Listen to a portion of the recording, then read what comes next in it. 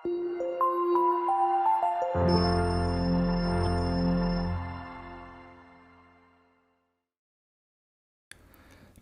ಸ್ನೇಹಿತರೆ, ಅಮೋಘ ವರ್ಷ ಕೋಚಿಂಗ್ ಸೆಂಟರ್ ಯೂಟ್ಯೂಬ್ ಚಾನಲ್ಗೆ ನಿಮಗೆಲ್ಲ ಸ್ವಾಗತ. ಇವತ್ತಿನ ಪ್ರಮುಖವಾದಂತಹ ಕರೆಂಟ್ ಅಫೇರ್ಸ್ ಟಾಪಿಕ್ಗಳನ್ನು ಡಿಸ್ಕಸ್ ಮಾಡೋಣ. ಡಿಸ್ಕಷನನ್ನು ಪ್ರಾರಂಭ ಮಾಡೋದಕ್ಕಿಂತ ಮುಂಚೆ ಕಳೆದ ಸೆಷನ್ನಲ್ಲಿ ಕೇಳಲಾದಂತಹ ಪ್ರಶ್ನೆಯ ಸರಿಯಾದ ಉತ್ತರವನ್ನು ಮೊದಲು ತಿಳಿದುಕೊಳ್ಳೋಣ. ಭಾರತದಲ್ಲಿ ಮೊದಲ ಚೆಸ್ ಗ್ರ್ಯಾಂಡ್ ಮಾಸ್ಟರ್ ಅಂತ ಯಾರು ಗುರುತಿಸಿಕೊಂಡರು ಮತ್ತು ಯಾವ ವರ್ಷದಲ್ಲಿ ಅಂತ ಪ್ರಶ್ನೆಯನ್ನು ಕೇಳಲಾಗಿತ್ತು. ಆಪ್ಷನ್ಗಳಲ್ಲಿ 1992ನೇ ವರ್ಷದಲ್ಲಿ ವಿಶ್ವನಾಥನ್ ಆನಂದ್ ಅವರು, ಆಪ್ಷನ್ 2 1981 ಕೃಷ್ಣನ್ ಶಶಿಕಿರಣ್ ಅವರು, 1998ರಲ್ಲಿ SL ನಾರಾಯಣನ್ ಅವರು ಅಥವಾ 1988ರಲ್ಲಿ ವಿಶ್ವನಾಥನ್ ಆನಂದ್ ಅವರು ಅಂತ ಇದೆ. ಸರಿಯಾದ ಉತ್ತರ ಆಪ್ಷನ್ 4. 1988ನೇ ವರ್ಷದಲ್ಲಿ ತಮ್ಮ 14ನೇ ವರ್ಷದಲ್ಲಿ ವಿಶ್ವನಾಥನ್ ಆನಂದ್ ಅವರು ಭಾರತದ ಮೊದಲ ಚೆಸ್ ಗ್ರ್ಯಾಂಡ್ ಮಾಸ್ಟರ್ ಅಂತ ಕರೆಸಿಕೊಳ್ಳುವಂತಹ ಸಾಧನೆಯನ್ನು ಮಾಡಿದರು. ಸೊ ಸರಿಯಾದ ಉತ್ತರ option 4 Viswanathan Anand 1988. Correct answer ಮಾಡಿದಂತಹ ಎಲ್ಲ ಸ್ಟೂಡೆಂಟ್ಸ್ಗಳಿಗೆ ಕಾಂಗ್ರ್ಯಾಚುಲೇಷನ್ಸ್. ಇದೇ ರೀತಿ ಡಿಸ್ಕಷನ್ನಲ್ಲಿ ಭಾಗವಹಿಸ್ತಾ ಇರಿ. ನಿಮ್ಮ ಆನ್ಸರ್ಗಳು ಸರಿಯಾಗಿರಲಿ ತಪ್ಪಾಗಿರಲಿ ಆನ್ಸರ್ ಮಾಡೋದಕ್ಕೆ ಟ್ರೈ ಮಾಡಿ, ಕಮೆಂಟ್ ಬಾಕ್ಸ್ನಲ್ಲಿ ಕಮೆಂಟ್ ಮಾಡ್ತಾ ಇರಿ ಅಂತ ಹೇಳ್ತಾ ಇವತ್ತಿನ ಪ್ರಶ್ನೆಯನ್ನು ನೋಡೋಣ. ಇವತ್ತಿನ ಪ್ರಶ್ನೆ ಮ್ಯಾಪಿಂಗ್ ಸಂಬಂಧಿಸಿದಂತಹ ಪ್ರಶ್ನೆಯಾಗಿದ್ದು, ಪೆರು ದೇಶ ಈ ಕೆಳಗಿನ ಯಾವ ಸಮುದ್ರ ಅಥವಾ ಸಾಗರದೊಂದಿಗೆ ತನ್ನ ಕರಾವಳಿಯ ಗಡಿಯನ್ನು ಹಂಚಿಕೊಳ್ಳುತ್ತದೆ ಅಂತ ಪ್ರಶ್ನೆ ಇದ್ದು, ಆಪ್ಷನ್ಗಳಲ್ಲಿ ಆಪ್ಷನ್ 1 ಹಿಂದೂ ಮಹಾಸಾಗರದ ಗಡಿಯನ್ನು, ಆಪ್ಷನ್ 2 ಕೆರಿಬಿಯನ್ ಸಮುದ್ರದ ಬಾರ್ಡರನ್ನು, ಆಪ್ಷನ್ 3 ಅಟ್ಲಾಂಟಿಕ್ ಮಹಾಸಾಗರದ ಕರಾವಳಿಯನ್ನು, ಆಪ್ಷನ್ 4 ಪೆಸಿಫಿಕ್ ಸಾಗರದ ಕರಾವಳಿಯನ್ನು ಅಂತ ಇದೆ. ಸರಿಯಾದ ಉತ್ತರ ಏನು ಅಂತ ಕಮೆಂಟ್ ಬಾಕ್ಸ್ನಲ್ಲಿ ಕಮೆಂಟ್ ಮಾಡಿ. ಮುಂದಿನ ಸೆಷನ್ನಲ್ಲಿ ಪೆರು ದೇಶ ಯಾವ ಸಾಗರ ಅಥವಾ ಸಮುದ್ರದೊಂದಿಗೆ ಕರಾವಳಿಯನ್ನು ಹಂಚಿಕೊಳ್ಳುತ್ತದೆ ಅಂತ ಇದರ ಕರೆಕ್ಟ್ ಆನ್ಸರನ್ನು ತಿಳಿದುಕೊಳ್ಳೋಣ. ಅಮೋಘ ವರ್ಷ ಕೋಚಿಂಗ್ ಸೆಂಟರ್ನಲ್ಲಿ ಹೊಸ KAS, PSI, ಗ್ರೂಪ್ C ಮತ್ತು PC ಆಫ್ಲೈನ್ ಬ್ಯಾಚಸ್ಗಳು ಪ್ರಾರಂಭವಾಗ್ತಾ ಇವೆ. ಇಂಟ್ರೆಸ್ಟ್ ಇರುವಂತಹ ಅಭ್ಯರ್ಥಿಗಳು ವಿಜಯನಗರದಲ್ಲಿರುವಂತಹ ಬ್ರಾಂಚ್ಗೆ ಭೇಟಿ ನೀಡುವುದರ ಮೂಲಕ ಅಡ್ಮಿಷನ್ ಮಾಡ್ಕೋಬೋದಾಗಿದೆ. ನಿಮ್ಮ ಯಾವುದೇ ಕ್ವೇರೀಸ್ಗಳಿದ್ದರೆ ಕಮೆಂಟ್ ಬಾಕ್ಸ್ನಲ್ಲಿ ಕಮೆಂಟ್ ಮಾಡಿ ಅಥವಾ ಈ ಕೆಳಗಿನ ಕಾಂಟ್ಯಾಕ್ಟ್ ನಂಬರನ್ನು ಸಂಪರ್ಕಿಸುವುದರ ಮೂಲಕ ಕ್ವೇರೀಸ್ಗಳನ್ನು ಕ್ಲಿಯರ್ ಮಾಡಿಕೊಂಡು ಅಡ್ಮಿಷನ್ ಮಾಡ್ಕೋಬೋದಾಗಿದೆ. ನಮ್ಮ ಯೂಟ್ಯೂಬ್ ಚಾನಲ್ಗೆ ಹೊಸದಾಗಿ ಭೇಟಿ ನೀಡ್ತಾ ಇದ್ದರೆ ಸಬ್ಸ್ಕ್ರೈಬ್ ಮಾಡಿ, ಬೆಲ್ ಐಕಾನನ್ನು ಕ್ಲಿಕ್ ಮಾಡಿ. ಈ ಕಂಟೆಂಟ್ ನಿಮ್ಮ ಪ್ರಿಪ್ರೇಷನ್ಗೆ ಹೆಲ್ಪ್ ಮಾಡ್ತಾ ಇದೆ ಅಂತ ಅನಿಸಿದರೆ ಕಂಟೆಂಟನ್ನು ಶೇರ್ ಮಾಡಿ ಮತ್ತು ನಿಮ್ಮ ಯಾವುದೇ ಕ್ವೇರೀಸ್ಗಳು ಸಜೆಷನ್ಗಳಿದ್ದರೆ ಕಮೆಂಟ್ ಬಾಕ್ಸ್ನಲ್ಲಿ ಕಮೆಂಟ್ ಮಾಡಿ ಅಂತ ಹೇಳ್ತಾ ಇವತ್ತಿನ ಡಿಸ್ಕಷನನ್ನು ಪ್ರಾರಂಭ ಮಾಡೋಣ. ಸೊ ಇವತ್ತಿನ ಆರ್ಟಿಕಲ್ಗೆ ಸಂಬಂಧಪಟ್ಟಂತಹ ಪ್ರಶ್ನೆಯನ್ನು ನೋಡೋದಾದರೆ, ಯಾಯಾತ್ಸೋ ಅನ್ನುವ ಸರೋವರ ರೀಸೆಂಟಾಗಿ ನ್ಯೂಸ್ನಲ್ಲಿತ್ತು. ಸೊ ಹೀಗಾಗಿ ಇದರ ಲೊಕೇಶನ್ ಸಂಬಂಧಪಟ್ಟಂತಹ ಪ್ರಶ್ನೆ ಕೇಳಲಾಗಿದ್ದು, ಈ ಸರೋವರ ಎಲ್ಲಿದೆ ಅಂತ ಪ್ರಶ್ನೆ ಇದೆ. ಯಾಯಾತ್ಸೋ ಅನ್ನುವ ಸರೋವರ ಎಲ್ಲಿದೆ ಅಂತ ಕಂಡುಹಿಡಿಯೋದಾದರೆ ಆಪ್ಷನ್ಗಳಲ್ಲಿ ಜಮ್ಮು ಮತ್ತು ಕಾಶ್ಮೀರ, ಆಪ್ಷನ್ 2 ಲದಾಖ್, ಆಪ್ಷನ್ 3 ಅರುಣಾಚಲ್ ಪ್ರದೇಶ್ ಅಥವಾ ಆಪ್ಷನ್ 4 ಅಂಡಮಾನ್ ದ್ವೀಪ ಅಂತ ಇದೆ. ಸರಿಯಾದ ಉತ್ತರ ಆಪ್ಷನ್ 2 ಲದಾಖ್ನಲ್ಲಿ ಈ ಯಾಯಾತ್ಸೋ ಅನ್ನುವ ಲೇಕ್ ಅಥವಾ ಸರೋವರ ಲೊಕೇಟ್ ಆಗಿದೆ. Option 2 Ladakh is right answer. ಮೊದಲಿಗೆ ಈ ಯಾಯಾತ್ಸೋ ಅನ್ನುವ ಸರೋವರ ನ್ಯೂಸ್ನಲ್ಲಿ ಯಾಕೆ ಇತ್ತು ಅಂತ ಕಾಂಟೆಕ್ಸ್ಟನ್ನು ಅರ್ಥ ಮಾಡ್ಕೊಳ್ಳೋದಾದರೆ, ಇತ್ತೀಚೆಗೆ ಈ ಒಂದು ಸರೋವರ ಯಾಯಾತ್ಸೋ ಅನ್ನುವ ಸರೋವರವನ್ನು ಜೈವಿಕ ವೈವಿಧ್ಯ ಕಾಯ್ದೆ ಅಡಿಯಲ್ಲಿ ಅಥವಾ ಬಯೋಲಾಜಿಕಲ್ ಡೈವರ್ಸಿಟಿ ಆ್ಯಕ್ಟ್ನ ಅಡಿಯಲ್ಲಿ ಲದಾಖ್ನಲ್ಲಿರುವಂತಹ ಈ ಯಾಯಾತ್ಸೋ ಸರೋವರವನ್ನು ಜೀವ ವೈವಿಧ್ಯ ಪರಂಪರೆಯ ತಾಣ ಅಥವಾ ಬಯೋಡೈವರ್ಸಿಟಿ ಹೆರಿಟೇಜ್ ಸೈಟ್ ಅಂತ ಗುರುತಿಸಲಾಗಿದೆ. ಸೊ ಹೀಗಾಗಿ ಈ ಯಾಯಾತ್ಸೋ ಅನ್ನುವ ಸರೋವರದ ಕುರಿತಾಗಿ ಕೆಲವೊಂದಿಷ್ಟು ಇಂಪಾರ್ಟೆಂಟ್ ಮಾಹಿತಿಗಳನ್ನು ಈಗ ಡಿಸ್ಕಸ್ ಮಾಡೋಣ.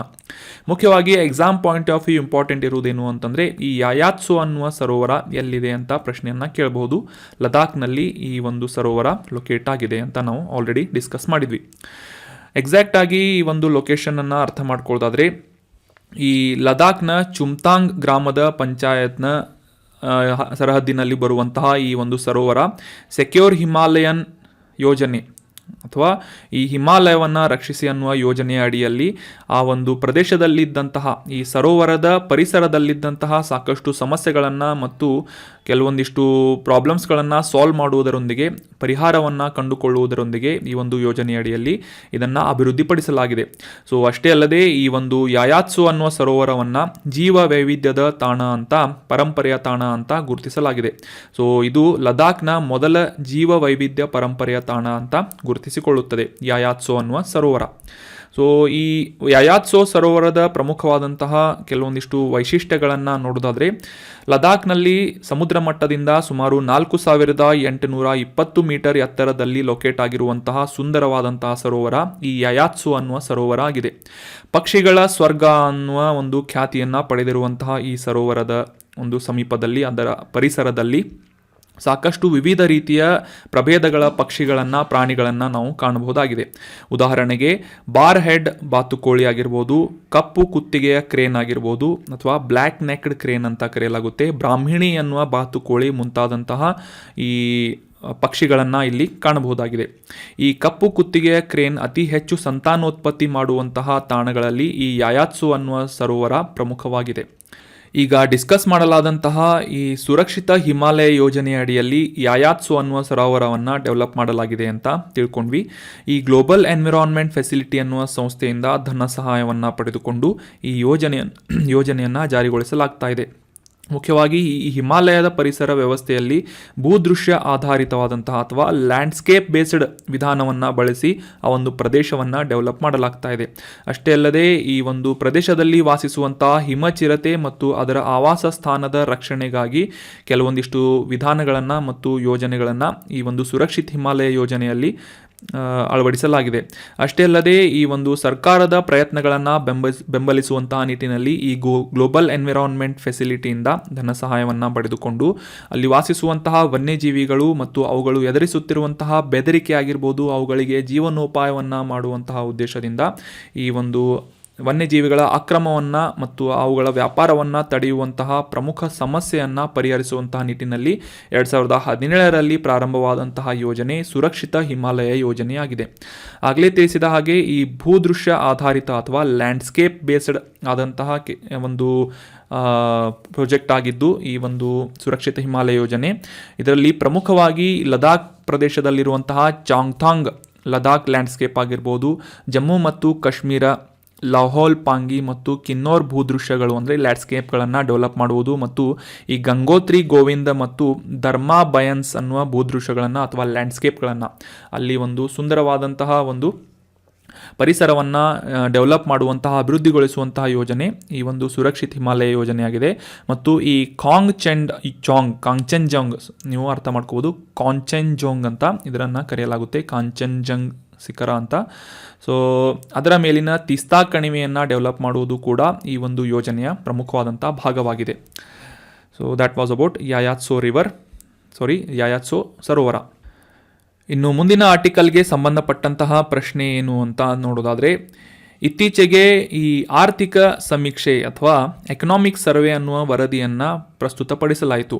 ಸೊ ಹೀಗಾಗಿ ಪ್ರಶ್ನೆ ಏನು ಅಂತಂದರೆ, ವಾರ್ಷಿಕವಾಗಿ ಪಬ್ಲಿಷ್ ಮಾಡಲಾಗುವಂತಹ ಈ ಒಂದು ಎಕನಾಮಿಕ್ ಸರ್ವೆಯನ್ನು ಯಾವ ಸಂಸ್ಥೆಯಿಂದ ಸಿದ್ಧಪಡಿಸಲಾಗುತ್ತದೆ, ಪ್ರಿಪೇರ್ ಮಾಡಲಾಗುತ್ತದೆ ಅಂತ ಪ್ರಶ್ನೆ ಇದೆ. ಆಪ್ಷನ್ಗಳಲ್ಲಿ ಹಣಕಾಸು ಇಲಾಖೆ, ಆಪ್ಷನ್ 2 ಆರ್ಥಿಕ ವ್ಯವಹಾರಗಳ ಇಲಾಖೆ, ಆಪ್ಷನ್ 3 ವಾಣಿಜ್ಯ ಮತ್ತು ಕೈಗಾರಿಕೆಗಳ ಇಲಾಖೆ, ಅಥವಾ ಆಪ್ಷನ್ 4 ಆರ್ಥಿಕ ವ್ಯವಹಾರಗಳ ಕ್ಯಾಬಿನೆಟ್ ಸಮಿತಿ ಅಂತ ಇದೆ. ಸರಿಯಾದ ಉತ್ತರ ಆಪ್ಷನ್ 2 ಆರ್ಥಿಕ ವ್ಯವಹಾರಗಳ ಇಲಾಖೆಯಿಂದ ಈ ಒಂದು ಎಕನಾಮಿಕ್ ಸರ್ವೆ ಅನ್ನುವ ಒಂದು ವರದಿಯನ್ನು ಪ್ರಿಪೇರ್ ಮಾಡಲಾಗುತ್ತೆ, ಸಿದ್ಧಪಡಿಸಲಾಗುತ್ತದೆ. ಸೊ ಇದನ್ನು ಪ್ರತಿ ವರ್ಷ ಹಣಕಾಸು ಸಚಿವರಿಂದ ಆರ್ಥಿಕ ಸಮೀಕ್ಷೆಯ ವರದಿಯನ್ನು ಲೋಕಸಭೆಯಲ್ಲಿ ಮಂಡಿಸಲಾಗುತ್ತದೆ. ಸೊ 2022 ಮತ್ತು 2023 ವರ್ಷದ ಆರ್ಥಿಕ ಸಮೀಕ್ಷೆಯನ್ನು ನಮ್ಮ ಹಣಕಾಸು ಸಚಿವರಾದಂತಹ ನಿರ್ಮಲಾ ಸೀತಾರಾಮನ್ ಅವರಿಂದ ಲೋಕಸಭೆಯಲ್ಲಿ ಮಂಡಿಸಲಾಯಿತು ಅಂತ ಇತ್ತೀಚೆಗೆ ಕಾಂಟೆಕ್ಸ್ಟ್ನಿಂದ ನಾವು ಅರ್ಥ ಮಾಡ್ಕೋಬೋದಾಗಿದೆ. ಸೊ ಹೀಗಾಗಿ ಈ ಒಂದು ವರದಿಯ ಕುರಿತಾದಂತಹ ಕೆಲವೊಂದಿಷ್ಟು ಪ್ರಮುಖ ಮಾಹಿತಿಗಳನ್ನು ಈ ಒಂದು ಆರ್ಟಿಕಲ್ನಲ್ಲಿ ಡಿಸ್ಕಸ್ ಮಾಡೋಣ. ಎಕನಾಮಿಕ್ ಸರ್ವೆ 2022-23 ಕುರಿತಾದಂತಹ ಮಾಹಿತಿಗಳನ್ನು. ಸೊ ಮುಖ್ಯವಾಗಿ ಈ ಆರ್ಥಿಕ ಅಭಿವೃದ್ಧಿಯ ವಿವರವಾದಂತಹ ಅನಾಲಿಸಿಸ್ ಅನ್ನು ಒಳಗೊಂಡಿರುವಂತಹ ಈ ಒಂದು ಆರ್ಥಿಕ ಸಮೀಕ್ಷೆಯ ವರದಿಯನ್ನು ಪ್ರತಿ ವರ್ಷ ವಾರ್ಷಿಕ ದಾಖಲೆಯಾಗಿ ಹಣಕಾಸು ಸಚಿವಾಲಯದಿಂದ ಪ್ರಸ್ತುತಪಡಿಸಲಾಗುತ್ತದೆ. ದೇಶದಲ್ಲಿರುವಂತಹ ಆರ್ಥಿಕ ಕ್ಷೇತ್ರಕ್ಕೆ ಸಂಬಂಧಪಟ್ಟಂತಹ ವಿವರವಾದಂತಹ ಅಂಕಿಅಂಶಗಳನ್ನು ಮತ್ತು ಇತರ ಡೇಟಾಗಳನ್ನು ಕೂಡ ಪ್ರಸ್ತುತಪಡಿಸುವಂತಹ ಅಧಿಕೃತವಾದಂತಹ ಮಾಹಿತಿಯನ್ನು ಈ ಆರ್ಥಿಕ ಸಮೀಕ್ಷೆ ಒಳಗೊಂಡಿರುತ್ತದೆ. ಪ್ರತಿ ವರ್ಷ ಪಬ್ಲಿಷ್ ಮಾಡಲಾಗುವಂತಹ ಈ ಒಂದು ವರದಿಯಲ್ಲಿ ದೇಶದ ಆರ್ಥಿಕ ಅಭಿವೃದ್ಧಿಯ ಕುರಿತಾದಂತಹ ಪರಿಶೀಲನೆಗಳು, ಅದರ ಒಂದು ಸ್ಟಡಿ ಸಂಬಂಧಿಸಿದಂತಹ ಡೀಟೇಲ್ಸ್ಗಳು, ಅದರಲ್ಲೂ ಮುಖ್ಯವಾಗಿ ಈ ದೇಶದಲ್ಲಿರುವಂತಹ ಕೈಗಾರಿಕೆಗಳು, ಕೃಷಿ ಉತ್ಪಾದನೆ ಕುರಿತಾದಂತಹ ಮತ್ತು ಇತರ ಆರ್ಥಿಕ ಕ್ಷೇತ್ರಗಳಿಗೆ ಸಂಬಂಧ ಸಂಬಂಧಪಟ್ಟಂತಹ ಕೆಲವೊಂದಿಷ್ಟು ಅಂಶಗಳನ್ನು ಅನಾಲಿಸಿಸ್ ಮಾಡಲಾಗಿರುತ್ತೆ ಅಥವಾ ವಿಮರ್ಶೆ ಮಾಡಲಾಗಿರುತ್ತದೆ. ಸೊ ಕಳೆದ ವರ್ಷದಲ್ಲಿ ದೇಶದ ಸಂಪೂರ್ಣ ಸ್ಥೂಲ ಅರ್ಥಶಾಸ್ತ್ರವನ್ನು ವಿಶ್ಲೇಷಿಸುವಂತಹ ಮತ್ತು ಮುಂದಿನ ಆರ್ಥಿಕ ವರ್ಷಕ್ಕೆ ಕೆಲವೊಂದಿಷ್ಟು ರೂಪರೇಷೆಗಳನ್ನು ಮಾಡುವಂತಹ ಒಪಿನಿಯನ್ಗಳನ್ನು ಮತ್ತು ಸಜೆಷನ್ಗಳನ್ನು ನೀಡುವಂತಹ ಒಂದು ಇನ್ಫಾರ್ಮೇಷನ್ಗಳನ್ನು ಈ ಆರ್ಥಿಕ ಸಮೀಕ್ಷೆ ಒಳಗೊಂಡಿರುತ್ತದೆ. ಇದರಲ್ಲಿ ಪ್ರಮುಖವಾಗಿ 2 ಭಾಗಗಳನ್ನಾಗಿ ಈ ಒಂದು ಆರ್ಥಿಕ ಸಮೀಕ್ಷೆಯನ್ನು ಡಿವೈಡ್ ಮಾಡಿದರೆ, ಇದರಲ್ಲಿ ಮೊದಲನೇ ಭಾಗದಲ್ಲಿ ದೇಶವು ಪ್ರಸ್ತುತವಾಗಿ ಎದುರಿಸುತ್ತಿರುವಂತಹ ಆರ್ಥಿಕ ಸವಾಲುಗಳನ್ನು, ಚಾಲೆಂಜಸ್ಗಳನ್ನು ಈ ಒಂದು ಮೊದಲ ಭಾಗದಲ್ಲಿ ಮೆನ್ಷನ್ ಮಾಡಲಾಗಿದ್ದು, ಎರಡನೇ ಭಾಗದ ಈ ಒಂದು ಆರ್ಥಿಕ ಸಮೀಕ್ಷೆಯಲ್ಲಿ ಕಳೆದ ವರ್ಷದ ಸಾಕಷ್ಟು ರೀತಿಯಾದಂತಹ ಆರ್ಥಿಕ ಕ್ಷೇತ್ರಕ್ಕೆ ಸಂಬಂಧಪಟ್ಟಂತಹ ಮಾಹಿತಿಗಳನ್ನು ವಿಶ್ಲೇಷಣೆ ಮತ್ತು ವಿಮರ್ಶೆ ಮಾಡಲಾಗಿರುತ್ತದೆ.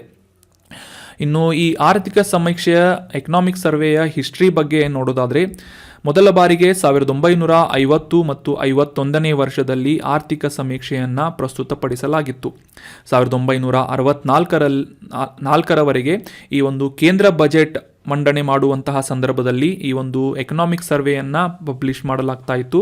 ಆದರೆ 1964ರ ನಂತರ ಈ ಬಜೆಟ್ನಿಂದ ಈ ಒಂದು ಆರ್ಥಿಕ ಸಮೀಕ್ಷೆಯ ಪಬ್ಲಿಕೇಶನನ್ನು ಸೆಪರೇಟ್ ಮಾಡಲಾಯಿತು, ಬೇರ್ಪಡಿಸಲಾಯಿತು ಮತ್ತು ಈ ಒಂದು ಹಣಕಾಸು ಸಚಿವರಿಂದ ಕೇಂದ್ರ ಬಜೆಟ್ ಮಂಡನೆಗೆ ಒಂದು ದಿನ ಮೊದಲೇ ಈ ಒಂದು ಆರ್ಥಿಕ ಸಮೀಕ್ಷೆಯ ವರದಿಯನ್ನು ಪಬ್ಲಿಷ್ ಮಾಡಲಾಗುತ್ತದೆ. ಇನ್ನು ಈ ಒಂದು ಎಕನಾಮಿಕ್ ಸರ್ವೆಯನ್ನು ಪ್ರಿಪೇರ್ ಮಾಡುವವರು ಯಾರು ಅಂತ ಕ್ಲಿಯರ್ ಆಗಿ ಅಂಡರ್ಸ್ಟ್ಯಾಂಡ್ ಮಾಡ್ಕೊಳ್ಳೋದಾದರೆ, ಮುಖ್ಯ ಆರ್ಥಿಕ ಸಲಹೆಗಾರ ಅಥವಾ ಚೀಫ್ ಎಕನಾಮಿಕ್ ಅಡ್ವೈಸರ್ನ ಮಾರ್ಗದರ್ಶನದೊಂದಿಗೆ ಹಣಕಾಸು ಸಚಿವಾಲಯದಲ್ಲಿ ಕೆಲಸ ಮಾಡುವಂತಹ ಆರ್ಥಿಕ ವ್ಯವಹಾರಗಳ ಇಲಾಖೆಯ ಅರ್ಥಶಾಸ್ತ್ರ ವಿಭಾಗದಿಂದ ಈ ಒಂದು ವರದಿಯನ್ನು ಅಥವಾ ಈ ಒಂದು ಸಮೀಕ್ಷೆಯನ್ನು ಪ್ರಿಪೇರ್ ಮಾಡಲಾಗುತ್ತದೆ. ಮುಖ್ಯವಾಗಿ ಹಣಕಾಸು ಸಚಿವರಿಂದ ಈ ಒಂದು ಅನುಮೋದನೆಯನ್ನು ಪಡೆದುಕೊಂಡ ನಂತರ ಅಥವಾ ಅಪ್ರೂವಲನ್ನು ಪಡೆದುಕೊಂಡ ನಂತರ ಈ ಒಂದು ಎಕನಾಮಿಕ್ ಸರ್ವೆಯನ್ನು ಪಬ್ಲಿಷ್ ಮಾಡಲಾಗುತ್ತದೆ. ನೆನ್ಪಿಟ್ಕೊಳ್ಳಿ, very important from examination point of view. ಆರ್ಥಿಕ ಸಮೀಕ್ಷೆಯ ವರದಿಯನ್ನು ಪ್ರತಿ ವರ್ಷ ಯಾವ ಒಂದು ಇಲಾಖೆಯಿಂದ ಪಬ್ಲಿಷ್ ಮಾಡಲಾಗುತ್ತದೆ ಅಂತಂದರೆ, ಎಕನಾಮಿಕ್ ಅಡ್ವೈಸರಿ ಡಿಪಾರ್ಟ್ಮೆಂಟ್ ಅಥವಾ ಆರ್ಥಿಕ ವ್ಯವಹಾರಗಳ ಇಲಾಖೆ, ಅದರ ಅರ್ಥಶಾಸ್ತ್ರ ವಿಭಾಗದಿಂದ ಈ ಒಂದು ಸಮೀಕ್ಷೆಯನ್ನು ಪಬ್ಲಿಷ್ ಮಾಡಲಾಗುತ್ತದೆ, ಪ್ರಿಪೇರ್ ಮಾಡಲಾಗುತ್ತೆ. ನಂತರ ಚೀಫ್ ಎಕನಾಮಿಕ್ ಅಡ್ವೈಸರ್ನ ಅಡಿಯಲ್ಲಿ ಈ ಒಂದು ವರದಿಯನ್ನು ಪ್ರಿಪೇರ್ ಮಾಡಲಾಗುತ್ತೆ ಅಂತ ತಿಳ್ಕೊಂಡ್ವಿ. ಇನ್ನು ಇದಕ್ಕೆ ಸಪ್ಲಿಮೆಂಟರಿ ಒಂದು ಪ್ರಶ್ನೆ ಕೇಳ್ತೇನೆ. ಚೀಫ್ ಎಕನಾಮಿಕ್ ಅಡ್ವೈಸರ್, ಭಾರತದ ಈ ಮುಖ್ಯ ಆರ್ಥಿಕ ಸಲಹೆಗಾರರು ಅಥವಾ ಚೀಫ್ ಎಕನಾಮಿಕ್ ಅಡ್ವೈಸರ್ ಯಾರು ಅಂತ ತಿಳ್ಕೊಂಡು ಕಮೆಂಟ್ ಬಾಕ್ಸ್ನಲ್ಲಿ ಕಮೆಂಟ್ ಮಾಡಿ. ಇನ್ನು ಮುಂದಿನ ಆರ್ಟಿಕಲ್ಗೆ ಸಂಬಂಧಪಟ್ಟಂತಹ ಪ್ರಶ್ನೆ ಏನು ಅಂತ ನೋಡೋದಾದರೆ, ಈ ಪರ್ಸಿವೆರೆನ್ಸ್ ಅನ್ನುವ ರೋವರ್ ಅನ್ನು ಯಾವ ಬಾಹ್ಯಾಕಾಶ ಸಂಸ್ಥೆಯಿಂದ ಪ್ರಾರಂಭ ಮಾಡಲಾಗಿದೆ, ಲಾಂಚ್ ಮಾಡಲಾಗಿದೆ ಅಂತ ಪ್ರಶ್ನೆ ಇದೆ. ಪರ್ಸಿವೆರೆನ್ಸ್ ರೋವರನ್ನು ಆಪ್ಷನ್ 1 ಅಮೇರಿಕದ NASA, option 2 European space agency, option 3 ರಷ್ಯಾದ ರಾಸ್ಕಾಸ್ಮೋಸ್, ಆಪ್ಷನ್ 4 ಜಪಾನಿನ ಜಾಕ್ಸಾ ಅಂತ ಇದೆ. ಸರಿಯಾದ ಉತ್ತರ ಅಮೆರಿಕದ ಬಾಹ್ಯಾಕಾಶ ಸಂಶೋಧನಾ ಸಂಸ್ಥೆಯಾದಂತಹ ನಾಸಾದಿಂದ ಈ ಪರ್ಸಿವೆರೆನ್ಸ್ ಅನ್ನುವ ರೋವರನ್ನು ಮಂಗಳ ಗ್ರಹದ ಅನ್ವೇಷಣೆಗಾಗಿ ಲಾಂಚ್ ಮಾಡಲಾಗಿದೆ.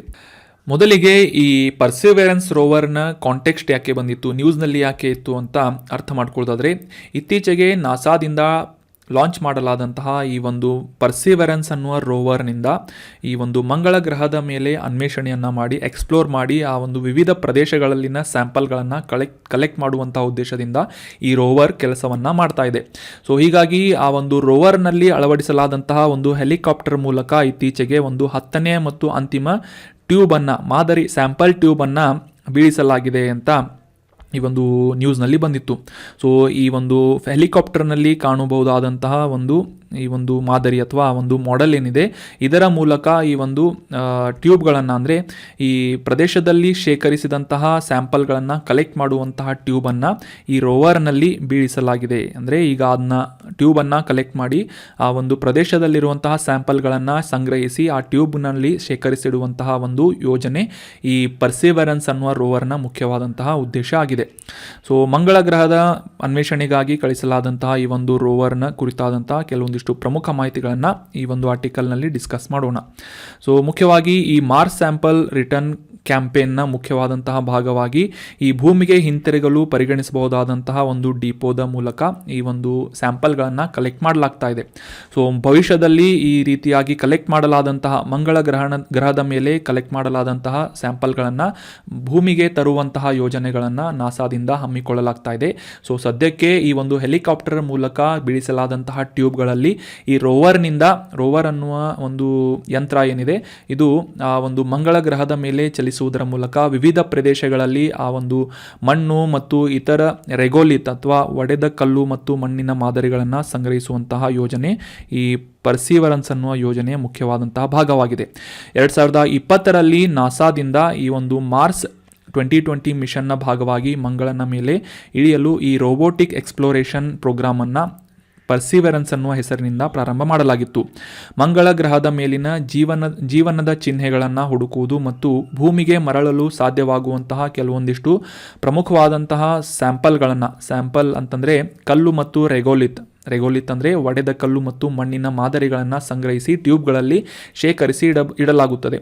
ಸೊ ಮುಂದಿನ ಕೆಲವೊಂದಿಷ್ಟು ವರ್ಷಗಳಲ್ಲಿ ನಾಸಾದಿಂದ ಈ ಮಂಗಳ ಗ್ರಹದ ಮೇಲೆ ಕಲೆಕ್ಟ್ ಮಾಡಲಾದಂತಹ ಟ್ಯೂಬ್ಗಳನ್ನು ಸಂಗ್ರಹಿಸಿ ಕಲೆಕ್ಟ್ ಮಾಡಿ ಅವುಗಳನ್ನು ಭೂಮಿಗೆ ತರುವಂತಹ ಒಂದು ಪ್ಲ್ಯಾನನ್ನು ನಾಸಾದಿಂದ ಇಟ್ಟುಕೊಳ್ಳಲಾಗಿದೆ. ಸೊ ಸದ್ಯಕ್ಕೆ ಈ ಒಂದು ಮಾದರಿಗಳನ್ನು ಸಂಗ್ರಹಿಸಿ ಮಂಗಳ ಗ್ರಹದ ಮೇಲೆ ಶೇಖರಿಸಿ ಇಡಲಾಗುತ್ತದೆ. ಸೊ ಈ ಒಂದು ಉಡಾವಣೆ ಮಾಡಿದಂತಹ ವರ್ಷ ಯಾವುದು, ಈ ಪರ್ಸೀವರೆನ್ಸ್ ಅನ್ನುವ ರೋವರನ್ನು ಲಾಂಚ್ ಮಾಡಿದಂತಹ ವರ್ಷ ಯಾವುದು ಅಂತಂದರೆ 2020 ಜುಲೈ 30ರಂದು ಫ್ಲೋರಿಡಾದ ಕೇಪ್ ಕ್ಯಾನ್ವೆರಲ್ನಿಂದ ಈ ಒಂದು ಪರ್ಸೀವರೆನ್ಸ್ ರೋವರನ್ನು ಲಾಂಚ್ ಮಾಡಲಾಗಿತ್ತು ರಾಕೆಟ್ ಮುಖಾಂತರ, ಮತ್ತು ಅದರೊಂದಿಗೆ ಒಂದು ಹೆಲಿಕಾಪ್ಟರನ್ನು ಕೂಡ ಈ ಒಂದು ರೋವರ್ ಮೂಲಕ ಕಳಿಸಲಾಗಿತ್ತು. ಸೊ ಲ್ಯಾಂಡಿಂಗ್ ಮಾಡಿದಂತಹ ವರ್ಷವನ್ನು ನೋಡೋದಾದರೆ ಫೆಬ್ರವರಿ 18ನೇ ಫೆಬ್ರವರಿ 2021ರಂದು ಈ ಮಾರ್ಸ್ ಜೆಜೆರೋ ಕ್ರೇಟರ್ನ ಮೇಲ್ಮೈಯಲ್ಲಿ ಈ ಒಂದು ಯಶಸ್ವಿಯಾಗಿ ಪರ್ಸೀವರೆನ್ಸ್ ರೋವರ್ ಏನಿದೆ ಲ್ಯಾಂಡ್ ಆಗಿತ್ತು. ಇನ್ನು ಇದರೊಂದಿಗೆ ಕಳಿಸಲಾದಂತಹ ಈ ಹೆಲಿಕಾಪ್ಟರ್ನ ಹೆಸರು ಏನು ಅಂತಂದರೆ ಇಂಜೆನ್ಯೂಯಿಟಿ ಅನ್ನುವ ಹೆಲಿಕಾಪ್ಟರ್. ಸೊ ಸ್ವಾಯತ್ತವಾಗಿ ಕೆಲಸ ಮಾಡುವಂತಹ ಈ ಒಂದು ವಿಮಾನ ಹೆಲಿಕಾಪ್ಟರ್ ಇಂಜೆನ್ಯೂಯಿಟಿ ಅನ್ನುವ ಹೆಲಿಕಾಪ್ಟರ್ ಆಗಿದೆ. ಮುಖ್ಯವಾಗಿ ಇದರ ಕೆಲಸ ಏನು ಅಂತಂದರೆ ಈ ಮಂಗಳ ಗ್ರಹದ ಮೇಲೆ ಹಾರಾಟವನ್ನು ನಡೆಸುವಂತಹ ಪರೀಕ್ಷೆಯನ್ನು ಯಶಸ್ವಿಯಾಗಿ ಕಂಪ್ಲೀಟ್ ಮಾಡಲಾದಂತಹ ತಂತ್ರಜ್ಞಾನವನ್ನು ಪ್ರದರ್ಶನ ಮಾಡುವಂತಹ ನಿಟ್ಟಿನಲ್ಲಿ ನಾಸಾದಿಂದ ಈ ಇಂಜೆನ್ಯೂಯಿಟಿ ಅನ್ನುವ ಹೆಲಿಕಾಪ್ಟರನ್ನು ಈ ಒಂದು ಪರ್ಸೀವರೆನ್ಸ್ ರೋವರ್ನೊಂದಿಗೆ ಕಳಿಸಲಾಗುತ್ತು ಮಂಗಳ ಗ್ರಹದ ಮೇಲೆ. ಸೊ ಹೀಗಾಗಿ ಮಾನವ ನಿರ್ಮಿತವಾದಂತಹ ಯಾವುದೇ ಒಂದು ಯಂತ್ರ ಈ ಒಂದು ಬೇರೆ ಗ್ರಹದ ಮೇಲೆ ಹಾರಾಡಿದಂತಹ ಮೊದಲ ಹೆಲಿಕಾಪ್ಟರ್ ಯಾವುದು ಅಂತಂದರೆ ಇಂಜೆನ್ಯೂಯಿಟಿ ಅನ್ನುವ ಹೆಲಿಕಾಪ್ಟರ್ ಆಗಿದೆ. ನಾಸಾದ ಮೂಲಕ ಇದನ್ನು ಲಾಂಚ್ ಮಾಡಲಾಗಿತ್ತು. ಸೊ ಮತ್ತೊಂದು ಗ್ರಹದಲ್ಲಿ ಈ ರೀತಿಯಾಗಿ ಚಾಲಿತವಾದಂತಹ ನಿಯಂತ್ರಿತ ಹಾರಾಟವನ್ನು ಮಾಡಿದಂತಹ ಇತಿಹಾಸದಲ್ಲಿ ಮೊದಲ ವಿಮಾನ ಯಾವುದು ಇಂಜೆನ್ಯೂಯಿಟಿ ಅನ್ನುವ ಹೆಲಿಕಾಪ್ಟರ್ ಆಗಿದೆ. So that was about detail information of perseverance rover. Exam point of view important ಇರೋದೇನು ಅಂತಂದರೆ ಇಂಜೆನ್ಯೂಯಿಟಿ ಹೆಲಿಕಾಪ್ಟರನ್ನು ಯಾರು ಲಾಂಚ್ ಮಾಡಿದ್ದಾರೆ ಅಂತಂದರೆ ನಾಸಾ ಆಗಿದೆ, ಮತ್ತು ಈ ಪರ್ಸೀವರೆನ್ಸ್ ರೋವರನ್ನು ಲಾಂಚ್ ಮಾಡಿದಂತಹ ಬಾಹ್ಯಾಕಾಶ ಸಂಶೋಧನಾ ಸಂಸ್ಥೆ ಯಾವುದು ಅಂತಂದರೆ ನಾಸಾ, ಮತ್ತು ಈ ಪರ್ಸೀವರೆನ್ಸ್ ರೋವರನ್ನು ಲಾಂಚ್ ಮಾಡಿದ ಉದ್ದೇಶ ಏನು ಅಂತಂದರೆ ಮಂಗಳ ಗ್ರಹದ ಮೇಲಿನ ಒಂದು ಅನ್ವೇಷಣೆ ಅಥವಾ ಆ ಒಂದು ಪ್ರದೇಶದ ಎಕ್ಸ್ಪ್ಲೋರನ್ನು ಮಾಡಿ ಅಲ್ಲಿನ ಸ್ಯಾಂಪಲ್ಗಳನ್ನು ಅಥವಾ ಮಾದರಿಗಳನ್ನು ಕಲೆಕ್ಟ್ ಮಾಡುವ ಉದ್ದೇಶದಿಂದ ಮುಂದಿನ ವರ್ಷಗಳಲ್ಲಿ ಈ ಭೂಮಿಗೆ ಆ ಒಂದು ಕಲೆಕ್ಟ್ ಮಾಡಿದಂತಹ ಸ್ಯಾಂಪಲ್ಗಳನ್ನು ತರುವಂತಹ ಉದ್ದೇಶವನ್ನು ಈ ನಾಸಾ ಹೊಂದಿದೆ. So that was about information of perseverance rover. ಇನ್ನು ಮುಂದಿನ ಆರ್ಟಿಕಲ್ಗೆ ಸಂಬಂಧಪಟ್ಟಂತಹ ಪ್ರಶ್ನೆ ಏನು ಅಂತ ನೋಡೋದಾದರೆ, ಈ ಹೈಫಾ ಬಂದರು ಇತ್ತೀಚೆಗೆ ನ್ಯೂಸ್ನಲ್ಲಿತ್ತು, ಇದು ಎಲ್ಲಿದೆ ಅಂತ ಪ್ರಶ್ನೆ ಕೇಳಲಾಗಿದೆ. ಆಪ್ಷನ್ಗಳಲ್ಲಿ ಭಾರತದ Lakshadweep, option 2 Iran, option 3 Israel ದೇಶ ಅಥವಾ ಆಪ್ಷನ್ 4 ಈಜಿಪ್ಟ್ ಅಂತ ಇದೆ. ಸರಿಯಾದ ಉತ್ತರ ಆಪ್ಷನ್ 3 ಇಸ್ರೇಲ್ ದೇಶದಲ್ಲಿ ಈ ಹೈಫಾ ಅನ್ನುವ ಬಂದರು ಪೋರ್ಟ್ ಲೊಕೇಟ್ ಆಗಿದೆ. ಸೊ ಕಾಂಟೆಕ್ಸ್ಟ್ ಏನು ಅಂತ ಅರ್ಥ ಮಾಡ್ಕೊಳ್ಳೋದಾದರೆ, ಈ ಹೈಫಾ ಬಂದರು ನ್ಯೂಸ್ನಲ್ಲಿ ಯಾಕೆ ಬಂದಿತ್ತು ಅಂತ ಅರ್ಥ ಮಾಡ್ಕೊಳ್ಳೋದಾದರೆ, ಇತ್ತೀಚೆಗೆ ಭಾರತದ ಪ್ರಸಿದ್ಧ ಖಾಸಗಿ ಕಂಪನಿಯಾದಂತಹ ಅದಾನಿ ಗ್ರೂಪ್ನಿಂದ ಈ ಹೈಫಾ ಬಂದರಿನ ಸ್ವಾಧೀನವನ್ನು ಪಡಿಸಿಕೊಳ್ಳಲಾಗಿದೆ. ಸುಮಾರು $1.2 ಬಿಲಿಯನ್ ವೆಚ್ಚದಲ್ಲಿ ಈ ಒಂದು ಇಸ್ರೇಲ್ನಲ್ಲಿರುವಂತಹ ಹೈಫಾ ಬಂದರಿನ ಸ್ವಾಧೀನವನ್ನು ಈ ಸಂಸ್ಥೆಯಿಂದ ಅಂದರೆ ಅದಾನಿ ಗ್ರೂಪ್ ಆಫ್ ಕಂಪನಿಯಿಂದ ಪಡೆದುಕೊಳ್ಳಲಾಗಿದೆ. ಸೊ ಹೀಗಾಗಿ ಈ ಬಂದರಿನ ಕುರಿತಾದಂತಹ ಕೆಲವೊಂದಿಷ್ಟು ವಿಶೇಷತೆಗಳನ್ನು ಮತ್ತು ಇದರ ಎಕ್ಸಾಕ್ಟ್ ಲೊಕೇಶನನ್ನು ಈ ಒಂದು ಆರ್ಟಿಕಲ್ನಲ್ಲಿ ಡಿಸ್ಕಸ್ ಮಾಡೋಣ. ಮುಖ್ಯವಾಗಿ ಈ ಇಸ್ರೇಲ್ನ ಮೆಡಿಟರೇನಿಯನ್ ಸಮುದ್ರದ ಕರಾವಳಿಯ ಉದ್ದಕ್ಕೂ ಹೈಫಾ ಬಂದರನ್ನು ನಾವು ಕಾಣಬಹುದಾಗಿದೆ. ಹೈಫಾ ಅನ್ನೋದು ಇಸ್ರೇಲ್ನಲ್ಲಿ ಕಂಡುಬರುವಂತಹ ಒಂದು ಪ್ರಮುಖ ನಗರದ ಹೆಸರಾಗಿದ್ದು ಅಲ್ಲಿ ಲೊಕೇಟ್ ಆಗಿರುವಂತಹ ಬಂದರಿನ ಹೆಸರು ಹೈಫಾ ಬಂದರು ಅಂತ ಗುರುತಿಸಿಕೊಳ್ಳುತ್ತದೆ. ಅಷ್ಟೇ ಅಲ್ಲದೆ ಈ ಒಂದು ಯಾವಾಗಲೂ ಬ್ಯುಸಿ ಆಗಿರುವಂತಹ ಸುಯೇಜ್ ಅನ್ನುವ ಕಾಲುವೆ, ರೀಸೆಂಟಾಗಿ ಸುಯೇಜ್ ಕಾಲುವೆ ಕುರಿತಾಗಿ ಕೂಡ ನಾವು ಮ್ಯಾಪಿಂಗ್ನಲ್ಲಿ ಡೀಟೇಲ್ ಆಗಿ ಡಿಸ್ಕಸ್ ಮಾಡಿದ್ವಿ. ಸೊ ಸಾಕಷ್ಟು ಬ್ಯುಸಿ ಆಗಿರುವಂತಹ ಒಂದು ರೂಟ್, ಈ ಸುಯೇಜ್ ಕಾಲುವೆಗೆ ಸಮೀಪವಿರುವಂತಹ ಒಂದು ಪ್ರಮುಖ ಬಂದರು ಇಸ್ರೇಲಿನ ಹೈಫಾ ಬಂದರಾಗಿದೆ. ಇಸ್ರೇಲಿನ 2 ದೊಡ್ಡ ವಾಣಿಜ್ಯ ಬಂದರುಗಳಲ್ಲಿ ಈ ಹೈಫಾ ಬಂದರು ಕೂಡ ಒಂದಾಗಿ ಗುರುತಿಸಿಕೊಳ್ಳುತ್ತದೆ.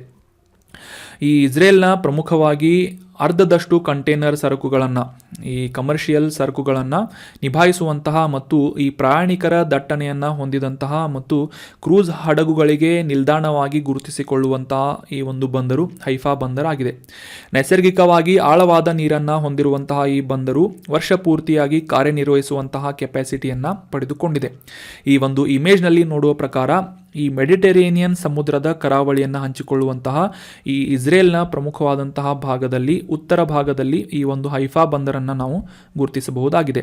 1933ರಲ್ಲಿ ಬ್ರಿಟಿಷರಿಂದ ನಿರ್ಮಾಣವಾದಂತಹ ಈ ಹೈಫಾ ಬಂದರನ್ನು 1948ರಿಂದ ಇಸ್ರೇಲಿ ಸರ್ಕಾರದಿಂದ ಕಂಪ್ಲೀಟ್ ಆಗಿ ಪುನರ್ನಿರ್ಮಿಸಿ ಡೆವಲಪ್ ಮಾಡಿ ಈ ಒಂದು ಬಂದರನ್ನು ಆಪರೇಷನಲೈಸ್ ಮಾಡಲಾಗಿದೆ. ಸೊ ನೆನ್ಪಿಟ್ಕೊಳ್ಳಿ, ಹೈಫಾ ಅನ್ನುವ ಬಂದರು ರೀಸೆಂಟಾಗಿ ನ್ಯೂಸ್ನಲ್ಲಿತ್ತು. ಇದನ್ನು ನಮ್ಮ ಭಾರತದ ಖಾಸಗಿ ಕಂಪನಿಯಾದಂತಹ ಅದಾನಿ ಗ್ರೂಪ್ ಆಫ್ ಕಂಪನಿಯಿಂದ ಸ್ವಾಧೀನಪಡಿಸಿಕೊಳ್ಳಲಾಗಿ ಡೆವಲಪ್ ಮಾಡಲಾಗ್ತಾ ಇದೆ ಮತ್ತು ಆಪರೇಟ್ ಮಾಡಲಾಗುವುದು. ಅಷ್ಟೇ ಅಲ್ಲದೆ ಈ ಒಂದು ಹೈಫಾ ಬಂದರಿನ ಲೊಕೇಶನ್ ಎಲ್ಲಿ ಅಂತಂದರೆ ಮೆಡಿಟರೇನಿಯನ್ ಸಮುದ್ರದ ಕರಾವಳಿಯನ್ನು ಹೊಂದಿದಂತಹ ಇಸ್ರೇಲ್ನ ಉತ್ತರ ಭಾಗದಲ್ಲಿ ಹೈಫಾ ಬಂದರು ಲೊಕೇಟ್ ಆಗಿದೆ ಅಂತ ನಾವು ಅಂಡರ್ಸ್ಟ್ಯಾಂಡ್ ಮಾಡ್ಕೊಂಡ್ವಿ. So that was about detailed information of Haifa ಬಂದರು ಆ್ಯಂಡ್ ಟುಡೇಸ್ ಆರ್ಟಿಕಲ್ಸ್. ಈಗ ಡಿಸ್ಕಸ್ ಮಾಡಲಾದಂಥ ಎಲ್ಲ ಆರ್ಟಿಕಲ್ಸ್ಗಳನ್ನು ಮತ್ತೊಮ್ಮೆ ರಿವೈಸ್ ಮಾಡಿಬಿಡೋಣ. ಮೊದಲನೇ ಆರ್ಟಿಕಲ್ನಲ್ಲಿ ಈ ಲದಾಖ್ನಲ್ಲಿರುವಂತಹ ಯಾಯಾತ್ಸೋ ಸರೋವರ ಲದಾಖ್ನ ಮೊದಲ ಜೀವ ವೈವಿಧ್ಯ ಪರಂಪರೆಯ ತಾಣ ಅಂತ ಗುರುತಿಸಿಕೊಂಡಿದೆ ಮತ್ತು ಇದರ ವಿಶೇಷತೆಗಳನ್ನು ಕೂಡ ಡೀಟೇಲ್ ಆಗಿ ಡಿಸ್ಕಸ್ ಮಾಡಿದ್ವಿ. ನಂತರದ ಆರ್ಟಿಕಲ್ನಲ್ಲಿ ಭಾರತದ ಆರ್ಥಿಕ ಸಮೀಕ್ಷೆ 2022-23ರ ಎಕನಾಮಿಕ್ ಸರ್ವೆ ಕುರಿತಾದಂತಹ ಸಾಕಷ್ಟು ಪ್ರಮುಖ ಮಾಹಿತಿಗಳನ್ನು ಡಿಸ್ಕಸ್ ಮಾಡಿದ್ವಿ. ನಂತರದ ಆರ್ಟಿಕಲ್ನಲ್ಲಿ ಈ ಮಂಗಳ ಗ್ರಹದ ಅನ್ವೇಷಣೆಗಾಗಿ ನಾಸಾದಿಂದ ಲಾಂಚ್ ಮಾಡಲಾದಂತಹ ಪರ್ಸಿವರೆನ್ಸ್ ರೋವರ್ ಯಾವ ರೀತಿಯಾಗಿ ಕೆಲಸ ಮಾಡುತ್ತದೆ ಮತ್ತು ಇಂಜೆನ್ಯೂಯಿಟಿ ಅನ್ನುವ ಇನ್ನೊಂದು ಹೆಲಿಕಾಪ್ಟರ್ ಕುರಿತಾದಂತಹ ಸಾಕಷ್ಟು ಮಾಹಿತಿಗಳನ್ನು ಡಿಸ್ಕಸ್ ಮಾಡಿದ್ವಿ. ನಂತರದ ಆರ್ಟಿಕಲ್ನಲ್ಲಿ ಈ ಇಸ್ರೇಲ್ನಲ್ಲಿರುವಂತಹ ಹೈಫಾ ಬಂದರಿನ ಸ್ವಾಧೀನವನ್ನು ಅದಾನಿ ಗ್ರೂಪ್ ಆಫ್ ಕಂಪನಿಯಿಂದ ಪಡೆದುಕೊಳ್ಳಲಾಗಿದೆ ಮತ್ತು ಇದರ ಲೊಕೇಶನ್ ಯಾವುದು ಅಂತ ಡೀಟೇಲ್ ಆಗಿ ಅಂಡರ್ಸ್ಟ್ಯಾಂಡ್ ಮಾಡ್ಕೊಂಡ್ವಿ. So that was all about today's articles. ಈ ಕಂಟೆಂಟನ್ನು ನಿಮ್ಮ ಎಲ್ಲ ಫ್ರೆಂಡ್ಸ್ಗಳ ಜೊತೆ ಶೇರ್ ಮಾಡಿ, ಸಬ್ಸ್ಕ್ರೈಬ್ ಮಾಡಿ. Thank you so much for joining the discussion. Have an awesome day.